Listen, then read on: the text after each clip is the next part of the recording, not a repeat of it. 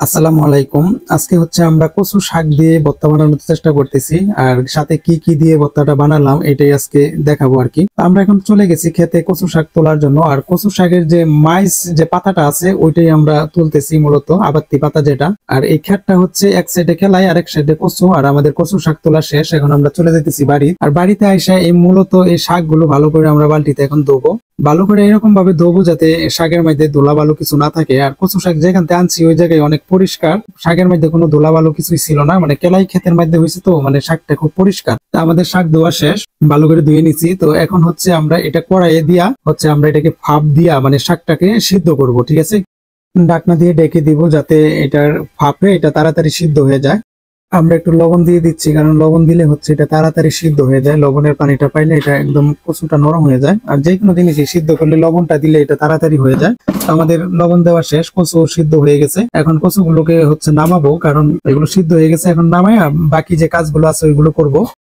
ফ্রাইদানিতে আমরা তেলটা দিচ্ছি। তেলটা মূলত গরম হইলেই আমরা জানি যে পেস্টটা বা যে কোনো কিছু ফ্রাই করলে তেলটা গরম হলে তারপরে ঢাললেই ভালো, কারণ ফ্রাইটা সুন্দর হয়, একদম লাল টকটকে হয়ে যায়।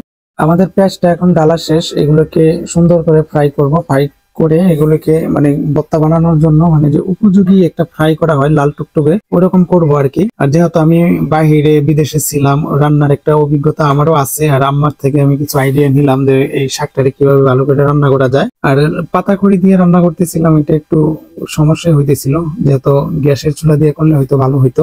যাই হোক, এখন হচ্ছে আমরা পেঁয়াজটা ভালো করে নেড়ে একদম লাল টুকটুকা করে নিব। আমাদের পেঁয়াজটাও এখন বাজার শেষ, একদম বাজার মানে ভর্তার উপযোগী হয়ে গেছে আর কি। তো এখন আমরা পেঁয়াজটাকে নামাই ফেলবো। আর এগুলো হচ্ছে যে চাপা শুটকি আছে না, যে চাপা আমাদের ময়মনসিংহের আঞ্চলিক ভাষায় চাপা বলে আর কি। তো আপনাদের বিভিন্ন জায়গায় বিভিন্ন নামে এটা চিনে, কোনো জায়গায় হিদল বলে, কোনো জায়গায় আরো কি কি নাম আছে আমি এত কিছু জানি না। তো চাপাটাকে হচ্ছে তেলে ফ্রাই করে সুন্দর করে তেলে ভাজবো ভাইজা, তারপরে এটা দিয়ে ভর্তা বানাবো। যাই হোক, আমাদের চাপাটা কিন্তু ফ্রাই করা শেষ। এখন হচ্ছে এটা থেকে আরেকটা পাতিলে চেঞ্জ করব, কারণ হচ্ছে গরম পাতিলে থাকলে হয়তো পুড়ে তিতা লাগতে পারে, কারণ হচ্ছে মানে বেশি হিট হয়ে গেলে তখন পুড়ে যায় নিচ দিয়া। তো ওইটা নেওয়ার পরে হচ্ছে যেহেতু চাপা শুটকি, এটারে আমরা হাত দিয়ে আগে ভাঙ্গে নিব, তারপরে চামিচ দিয়ে এটাকে ডইলাইয়া করি, কারণ এটার মধ্যে ছোট ছোট কাটা থাকে, যদি হাতে কাটাটা বিন্ধে তখন হচ্ছে অনেক যন্ত্রণা করে। আর কচুর পানিগুলো এটি চিপড়া ফালাইয়া, মানে হালকা পানি থাকে, এটি চিপড়া ফালাইয়া হচ্ছে তারপরে এটা দিয়ে ওটার সাথে মাখবো। পানি বালানি শেষ, ওটার সাথে মাখা শুরু করলাম। আর মাখতে মাখতে দুইটা একসাথে মিক্স করলাম, করার পরে মানে মিক্সড করা আমার শেষ।